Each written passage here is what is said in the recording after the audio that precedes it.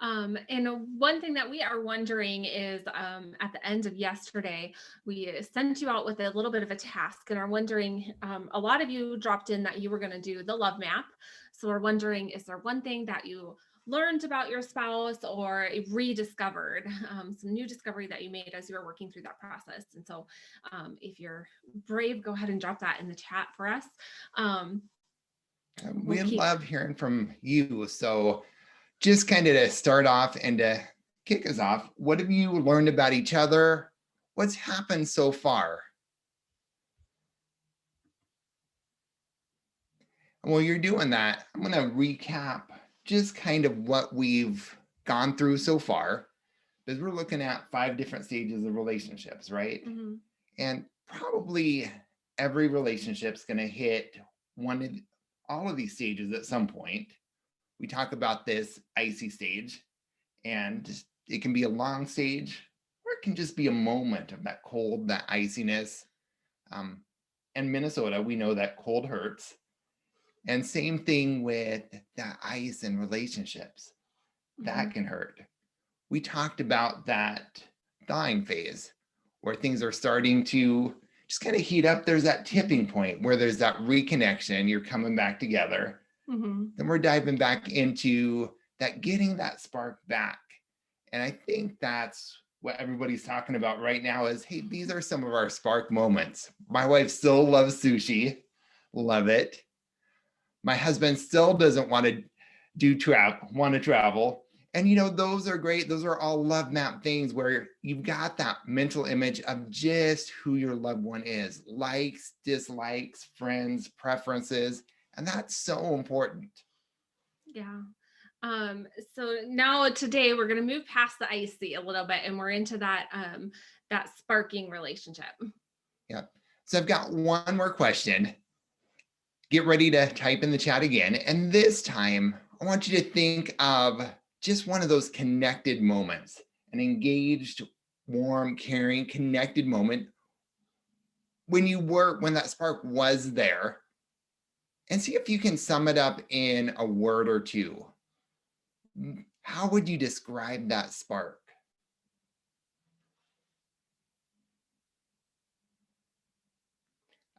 How would you describe it? Well, I'm going to tell you how I'm going to. I love that you asked that. All right. So while you're thinking, go ahead and type those in as you do. And I'm going to give you the word that I'd use. And for me, it's a word together. And it's one of my favorite stories. And it really ties into this idea that we talked about yesterday of this love bank and making tiny penny deposits and how that compounds. And we shared yesterday the idea of, do you take a $1 million check now, if you ever have this offer, or a penny a day, doubled a day, every day for 30 days? And of course, the right answer is go for that penny, right? There's a penny the first day, 2 the second, 4 the next, 8 the next, but over time, you get that exponential growth. Well, that's what happened to us.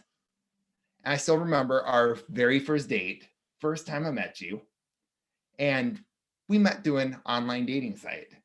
So our very first date was on Coronado Island, and we went out to a tiny pizzeria. Do you remember? I do. Yeah. Dinner went great. And afterwards, I asked if you wanted to go for a walk. Jenny said yes. My heart skipped a beat. And the two of us began to walk down just along the bay. Sunset. It was absolutely gorgeous. Somebody says, online dating, woo woo, I love it. And I thought, this is going to be the perfect evening. And then as soon as the sun went down, it got cold fast. And I hadn't told you to bring a jacket. And I'm thinking, oh no, our date's going to end quick. And so I look over and sure enough, you're shivering. And I ask if you want to go back. And do you remember what you said? No. No, I'm fine. Just very sweet. I'm like, yes, we get to hang out a little bit longer. And so we keep walking. And I look over again. And next time I look over, Jenny's got goosebumps running up and down both arms. I'm thinking, well, I think I want to see you again. And I don't want you to freeze on our first date. So I ask a second time, hey, do you want to turn around and go back? It looks like you're cold. And again, just a very sweet, no, I'm fine. Let's keep walking. Well, we keep walking and everything's going fantastic. But when I glance over a third time, not only are you shivering, not only do you have goosebumps running up and down your arm, I'm pretty sure you're starting to turn blue too.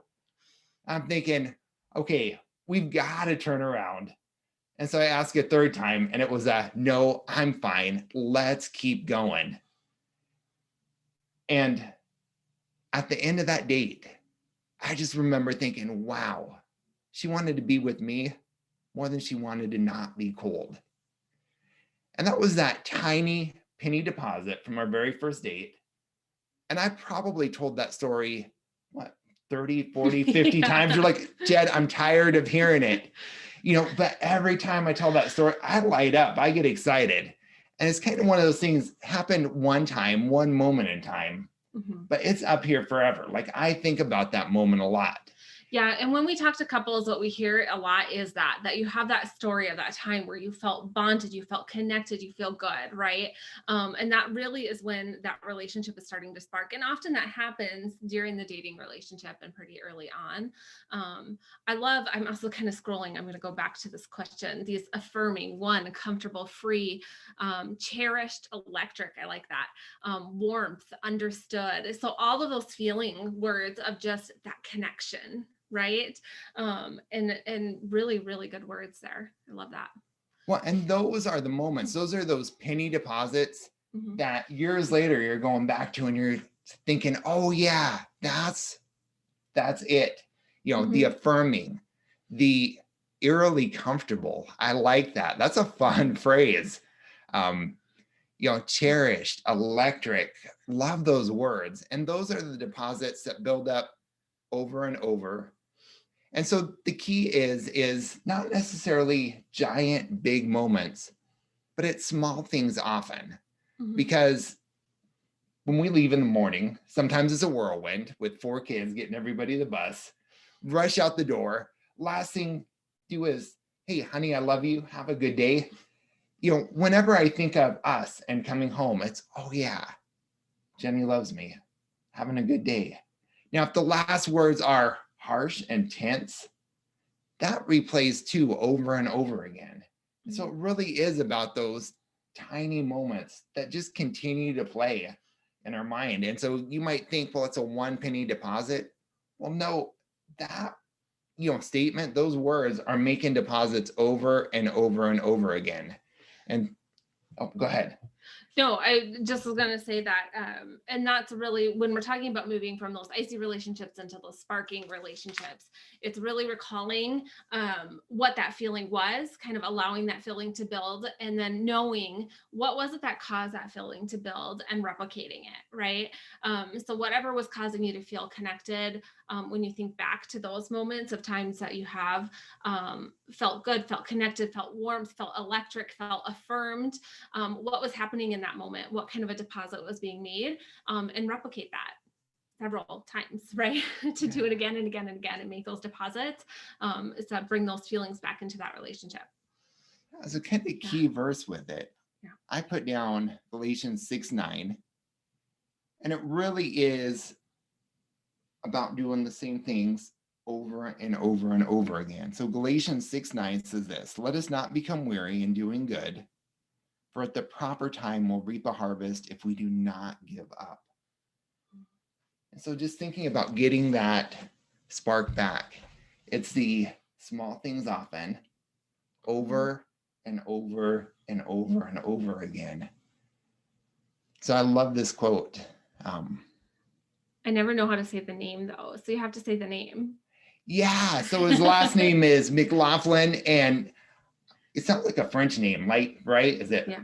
Beyond? Sure, we'll go with that. All right. He says a successful marriage requires falling in love many times, always with the same person. And I think that really rings true for us, right? Is it's falling in love. And I think that's replicated like in our relationship with God the Father, right? And so when we think about the Bible kind of as his love letter to us, and just that falling in love, that feeling again, that coming into relationship again and again and again. And that really is what is required for a successful marriage, successful relationship. All right. So we said one action step with each one. And although we cheated and gave it to you early. Yeah. Yesterday. So this one was our top 10 conversation starters. So you might have already done this, yesterday after we talked about the love maps, but these are, we mentioned when we were engaged, we bought several books where we were going through and just having fun getting to know each other at a different level. And these are some of the questions that kind of spiked as our most popular in a couple of books that Jed wrote later, really piggybacking on our feeling of being connected and having fun and dreaming and thinking about our life together and planning while we went through those questions. And so he created this book, and we can actually see which questions get highlighted then the most in the online books. And so these are the top 10 that were taken away. So if you haven't already dove into this is a great place to kind of start those conversations and start bringing that spark back, just that idea of again, even a little deeper than the love map, but getting to know each other, having fun, diving into the questions, and just letting that conversation flow. And we had a whole lot of fun with these. We did. Do you remember we did these in coffee shops, during dinner dates, over coffee, at bonfires, at the beach? And really, again, it's one of those things where there's no really right or wrong way to do it, so long as you're drawing closer together. If you're having side conversations, if you're laughing, if you're engaging, then you're absolutely doing it right, because the whole point is to connect. And so I love the engagement. I love hearing from you. My question is, where's your favorite place to connect? When you think about going back, and if you're going to use this just as a relationship building tool, and this is a fun date. Mm-hmm. In fact, that is why we ended up writing these books, is because we had so much fun doing it. It was, hey, how can we add to this conversation? Right. And so I think for us, that looks like taking it along to a coffee shop, or when we're out and we're walking together, we are those people that are on a walk and pull out a book and start asking each other questions and connecting that way. All right. So where's your favorite place to connect? Put it in the chat. Love to know. For us, it was the bonfires, it was the coffee, it was really before dinner, after dinner. Love it. Nighttime walks after the kids are in bed. That's a great one. In nature, on a hike. Wow. Bike ride. Love that. All right. So let's move into on Zoom. That is a new place to connect, right? Eating out, without the kids, that is key. To really diving into those deep conversations without the kids, so that you are uninterrupted, and also having conversations that are not about the kids, right? We talk about our kids all the time, right? And so finding other things to connect about, because our relationship can't be just about them. They're pretty awesome, but not just about them, right? We have to build on other things too. All right, my favorite one, work ditch day without the kids. Yes. Hopefully boss isn't watching, but. Yes. Did you tell, well, we should say, we did that one time. We did a work ditch day, only because we're in Minnesota. Wouldn't you know, they call a snow day and you have to come and pick up early. And so too bad for us. All right. So let's dive into kind of this next one, the red and white hot, because this is where it gets fun, right? Yeah. And so relationships going through stages, there will be times where it's cold and it's disconnected and it hurts. And hopefully kind of move through that quick though, and move back to that spark coming back. Mm-hmm. And then even to that red and white hot. Mm-hmm. And again, kind of a definite tipping point too with fire where that spark turns into a flame. And it takes a lot of heat. I didn't realize it, but looked it up. You're really into the 1,000-degree temperature here. And suddenly that spark turns into a flame. So we talk about your red and white hot marriage being as your love is now kind of we call it a weird story, right? And the story about, there's our guys, they go into the store to pick up some flowers, and they kind of look at the flowers, look at the guy, and ooh, what did you do wrong today? Right. And so often that is like when we are getting a gift or doing something and it's not Valentine's Day, it's not one of these special kind of occasion days, that gift sometimes can be because we're trying to repair a harm, right? That something has happened, there's a disconnect in the relationship. And so we talk about the like your love is weird story because you're the guy in the store buying the flowers because you wanted to, just because it's today and because that's what I knew that was going to make her happy, and I went to go do that, right? Well, and I had a friend who actually had this happen, and he was telling me how he went to just pick up a gift for his wife just because. And an older gentleman, and he got to the checkout line, and that's all he had were the flowers. And the young clerk who was checking him out looked at the flowers, looked at him, looked at the flowers, looked at him, and said, "Dude, what did you do?" And he said, "Jed, I was getting these flowers just because I love my wife. I was thinking of her." And so if your love has reached that point where you care about each other so much, other people look at you and think it's weird, you're absolutely doing it right. That's what red hot love looks like, right? And so having that weird love story is a good thing. Mm-hmm. All right, so we've got a key verse for this one too.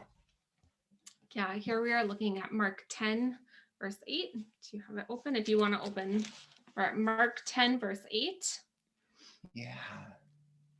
And it says, "And the two will become one flesh. So they are no longer two, but one flesh." So really that idea of joining together. Mm-hmm. And here's what I love is just being a therapist, I've got to take continuing education units from other therapists. And occasionally there's Christians, but many are unbelievers. And so I was taking a course on marriage and connection and relationship with a lady who's not a believer. She's teaching this course. And as she's teaching, she's talking about marriage and relationship and connection. And she says this. She says, when a couple's really in love, when they're really connected, it's almost like the two become one. I said, wait a minute, I've heard that before. We really are, God said it first, we're God designed to connect, to be in relationships. That's how God hardwired us. And as we spend time together, as we grow, it's almost like to become one. So there was a pastor, and this is my quote for this. His name was Peter Marshall, and he would call marriage the highest halls of human happiness. Mm-hmm. We talked about this a little bit yesterday, where our study, one of my favorite, says that being in a happy relationship, it feels like getting $100,000 raise a year at work. Mm-hmm. And what a cool thing, $100,000 in happiness bucks just from that connection. God really does know how we're hardwired. We're made to connect. We're made to be in relationships. I think this is important because I've noticed more and more people who really are just going nonstop, and I think they know it. Nowadays, you can work nonstop. You can keep going and going and going and going. You don't have to turn it off. And we've seen people, both of us, who make it financially by all outward appearances. They look like they've got everything, and then stuff crashes and burns at home. Yeah. Yep. And so really kind of looking like you have it have everything together and are being so successful here, but you can tell when there's a disconnect, right? Because that feeling, when I am disconnected, we can put up all our pretty Facebook pictures, right? And have an Instagram worthy life, but you feel that, you physically feel that disconnect. And so the opposite is true when you're in that red hot or that white hot kind of flame. The opposite is true, that you feel connected, you feel in sync, you feel, I'm going to use your guys' own words, you feel that warmth, you feel electric, you feel cherished, right? And so you're just in that connection phase. And really here, where we talked before about during those icier times in relationships, we're looking for five deposits for every one withdrawal in that love bank, right? Here we're looking more at about 20 deposits for everyone, because we're so connected, because we're kind of in sync, we're feeling good, right? The relationship is going, we're putting in a lot of deposits, right? And that's going to serve us later when there are times that we kind of hit a road bump, or life us, or something happens, and now we need to take out more deposits. I shouldn't say we need to, we don't need to, they happen, right? And that's just kind of the reality of life, is that there's going to be those ups and downs. And so this is the part in our relationship where we talked about yesterday, is not getting complacent. So still, if you want to, or if you're in that spot and you want to stay there, being intentional, being on purpose about reaching out, making sure that those connections are happening, and they're happening a lot. And it at this point feels easy, right? It feels like, well, I don't really need to think about it, but that is kind of a dangerous position to be in. When I'm not on purpose and connecting, it's just as easy for those things to slide. We talk a lot about some of the things that we tell you, or we talk about these tiny habits, these tiny connection habits, and they're so simple. They're really, really simple, right? But they're not always easy. Well, and we're doing them again. So the cool thing is, as we share some of these tools and ideas with you, we're doing them ourselves. I think you're going to like this, because when I showed the tool that we picked for this one, it really is what we did today. Yeah, literally today. And so when I thought, well, what's going to be most helpful for couples really in this red hot stage, how do you keep that going? How do you take that to the next level? This is what we did. A lot of couples we know feel like that computer browser with 100 internet windows open. Open one more and everything's going to come crashing down. Right. Yeah. And so we want to make sure that we're kind of closing those, right?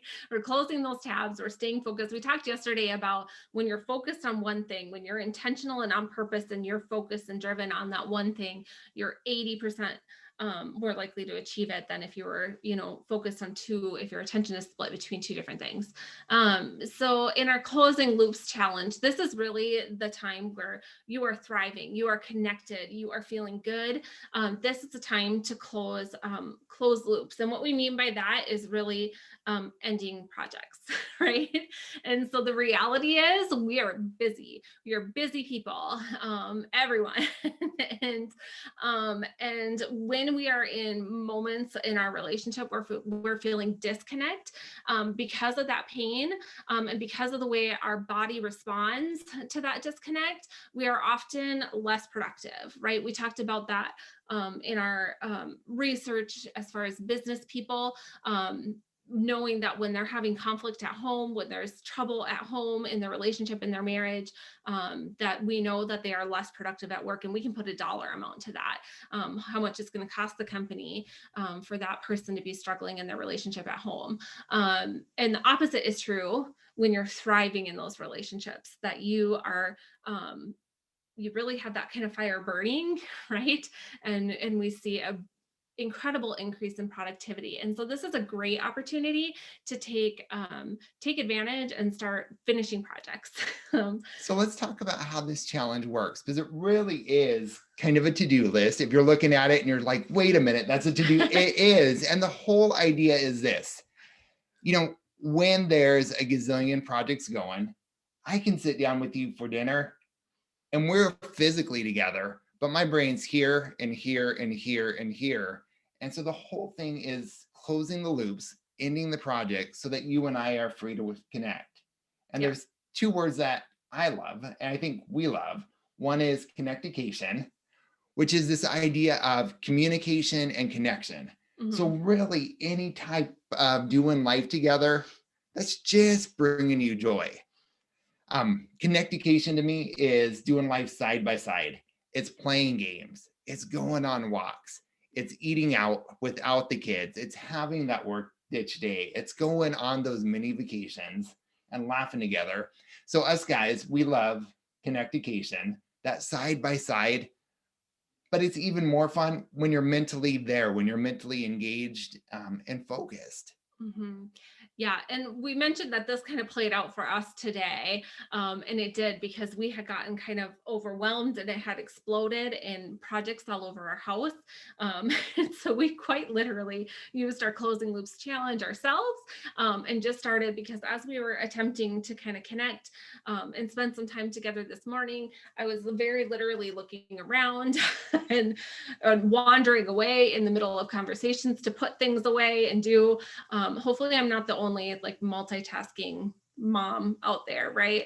But when I can look around me and I can see all the things that need to be done and I have all the mental clutter, is very difficult to turn that off and focus on the relationship. Calm that chaos and really communicate for the purpose of connection, not just to touch base about what we need to do today, right? And so being present, being focused, and really allowing that space to close a couple loops so that we were able to spend time together and truly connect. Yeah. So guys love that, the connectication. I love it when you do life side by side to me, but we have this other word that we love, and we call it into me see. It's a play on that word intimacy. And sometimes into me see does lead to intimacy, the physical stuff. But really, this word into me see is about peering into each other's inner world. And I hear, both guys and girls enjoy this, but I would say girls especially, this tends to resonate. Guys, we do life side by side, basketball court, sports. Girls typically do life face to face, coffee shops, phones, just that eye to eye connection. And we need both. It's not one's better than the other. Intimacy is all about peering into each other's inner world. It's about allowing yourself to be known and really digging deep into that person's inner world. Yeah, and I feel like we should pause right there because this is a tip too for if you're feeling like a little bit of disconnect is happening. So for women, we like to be oriented. We like to be, right here face to face. Typically, we're generalizing, right? So you might not. You might say, no, that doesn't resonate with me, and that's fine. But in general, women tend to be more this way oriented, and men are side by side. So if I'm feeling a disconnect from Jed and I'm trying to get him to connect with me and this isn't working, a really good trick is to take him on a walk, or when he wants to go for a jog, it's like my least favorite thing in the world to do, but here we go, we're going on a jog because now he's going to talk, because this is more comfortable for him. And when I join him in an activity that he enjoys and we're shoulder to shoulder, he is more likely to connect than if I try to make him do face to face. Well, and I like this. Like, I love the face to face. And a lot of times it's like good for about 10 minutes, right? Guys will say yes. And after that, okay, let's play a game. Let's go for it. But there's a little more intensity to it. And so if that intimacy, if that's not your go-to, the challenge might be to push yourself and do that face to face, that sharing your inner world a little bit more. Yeah. there's also a reason we don't talk about connectication and intimacy until we get to that, white hot and red hot flame. And that really is because this is vulnerable, right? That when I am communicating for the purpose of connection, there is the opportunity for rejection. You're in a vulnerable stance again. And the same with the intimacy that really requires for me, to be vulnerable and open. And again, that's risk. There's risk always involved in that. And of course we have trust in our spouse. The truth is that there is a vulnerable stance there. And that's why we really see this thrive in those times when we're connected. When there's disconnect, there's more opportunity for hurt in that vulnerable stance. And that's part of the closing loops too, because if you are sharing your heart with me, if you are sharing your inner world, and my face is glazed over, if I'm mentally at work, that's not going to communicate to you. That's not going to fill your love bank, I'm guessing, right? No, and that was pretty much what happened today. It's like Jed was talking to me and I literally walked into a different room and started doing something. It was like, I'm still listening, but it wasn't that connection that we were seeking in that moment. And so being able to recognize that and say, okay, pause, let's close a couple loops so we can stay focused. Yeah. All right, so I want to read through a few more of these because these are great. So just the idea of where do you connect and where are your favorite places to connect? And a lot of familiar ones, nighttime walks, Zoom. Zoom is by far my favorite, the new normal. All right, so let's dive into our last one. And this one was new to me, but just kind of doing that fire research. It's okay, what's next? How hot can fire get? And just like kind of Googled and said, hey, how cold can it get? And man, Antarctica gets cold. I was curious about the opposite extreme. Hey, how hot can it get? And at that 26,000 to 3,000 degree place, fire turns blue. How cool is that? And so there's a quote that we love about marriage. And really, when it gets to this place of that connectication, that intimacy, and it comes from Aubrey Hepburn, and she said this. She defines her idea of marriage like this: if I get married, I want to be very married. So we think about that as like the elusive blue flame blonde, that you are very married now, right? And so for me, that means having fun, enjoying it, saying I'm all in and I'm committed to this adventure. I'm enjoying this adventure. And we're going to see really how good this can get. Now we've got a verse for this one. And if you're taking notes, you're going to want to write this down, but this is kind of an odd one. But again, I think very appropriate. So if you've got your Bibles for, this super hot, very connected couple, thinking what words of encouragement, what advice, what's that key area of focus? We chose John 16:33, which sounds weird, but looking at it, you and I, we both thought, man, this is what you need to do when you're very connected. So John 16:33, Jesus said this. He's talking to his disciples and he said, I've told you these things that you may have peace. In this world, you will have trouble, but take heart, I've overcome the world. And we chose that because of that piece of, in this world, you will have trouble. And there is no this side of heaven, riding off in the sunset, happily ever after, never to have trouble again. That's just not the reality until Jesus comes back. And so we thought, man, when things are going great, that's a good time to prepare for the storms that eventually are going to come. I mean, what better time to start planning for it? And we've got a special word that we use for it that comes from our story, a time that we went through one of the storms. And so we encourage couples to create soft landings. And it's something that probably about 5 years ago, when we were going through a tough time, your dad gave us this word. Yeah. And then since then, we built it in. And this is one of those stories that has special meaning for you. So you've got to tell it. So like Jess said, we were going through just a really difficult time as a family, one that was really stretching us, and just all the things, all the things were happening. And it was a highly emotional, and it was dragging on for it was a long season.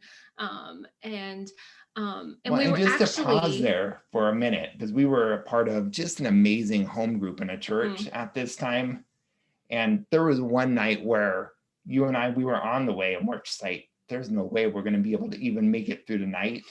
We walked in and said, guys, we're just here to tell our story quick if we can. And would you pray for us? And then we're just going to go because we're feeling that overwhelmed. yeah. And such an amazing home group. Yeah, so yesterday we mentioned too, like when you're in those places of having a difficult season that you're walking through, really having that mentor couple, having a home group, having somebody that you are connected to who can pray with you, pray for you, and really sometimes mentor through some of the difficult things because they've been there and they have some wisdom in that, right? And so we were so blessed to have that at that period of time, and for them to just stop and pray with us. And then we also had family. At that point in time, we knew we were going to be moving. We were moving from San Diego to Minnesota because we're crazy. Um, and um, and and the process of getting there was really, really difficult. And my parents are here in Minnesota. They were getting our house ready because we bought it sight unseen. And we're attempting to get ready for this move. And my dad would call, and it would be hard days that we were walking through.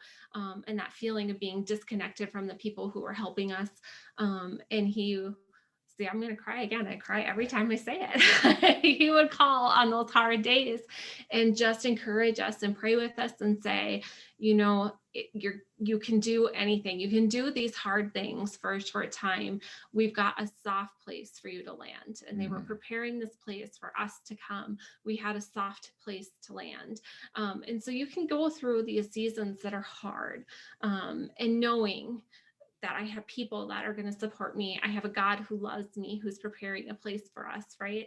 And in that same way, we sometimes replicate and try to kind of build that in. So we try to create these soft landings for our family now, because that was such a powerful part of the closing of that story for us, was having that place where we could land, we could be cared for, and we could start to heal from some of the things that had happened over that past year. Yeah. So just to dive a little bit deeper into that, we put together just a one-page sheet, kind of a quick start guide for soft landings. And if you're in that place where you're saying, man, things are going good now, one, celebrate. That's huge. Because marriage is worth celebrating. Next thing is, talk about some of those soft landings, because Jesus did say, in this world, you will have trouble. And so planning, preparing ahead, and we build in a couple different types of soft landings into our relationship. We have daily soft landings, kind of mini ones. We've got kind of those weekly or monthly soft landings, ones that are a little bit bigger, and then our quarterly or yearly soft landings, just a couple times that are longer times, at least once a year, where we're getting away, just the two of us, ideally more. And really, just to kind of put some practicality to this, so our daily soft landings look like Jed had mentioned earlier, his connection habit of closing and connecting, and so just having our coffee together. Weekly is that we attempt to do a date night. We're not perfect on this by any means. Those schedules can get out of control fast, and when we're not on purpose about it, it can be one of the first things to go. But really trying to stay on top of being intentional about getting away together once a week to have that date, even if it's a quick one. Even during the pandemic, it was sitting in our car because there was nowhere to go, but we were away from our kids, right? And able to have that connection spot. And then those quarterly or yearly soft landings, one with our kids is always taking a trip to a water park. It's something we do every year. It's you guys are going to laugh because we keep referencing, it's very cold here right now. It's like But there is, -45 right yeah. now. And so this season gets very long for us. When we hit February, we start to get really sick of the cold. So we always plan something for about March when we know we're about to go really crazy in our houses. That's a soft landing where we take our kids, we all get to go to the water park and just kind of enjoy that. And And then our kids are asking about it already. yeah, It's one of yeah. those things that they look forward to. hmm Yep. So we try to plan for those seasons that we know are just, even if they're not really challenging, that we know are a little more stressful. And then for us to our anniversary is a kind of a yearly getaway that we know that that's coming and that's a reconnect for us. And so building those intentionally into our schedule. All right, guys, this is where we'd love to hear from you already because chances are you already have some soft landings. And this was also another excuse just to put a cute cat picture up there, right? Like, aw. But what are the soft landings you already have in place? Because chances are you're already doing this. You already have places where that's where you connect. Mm-hmm. And so, really, this is probably for a lot of couples bringing a little more intentionality to what's already there. Now, one genius thing that you did early on is just said, hey, every night after the kids go to bed, that's our time.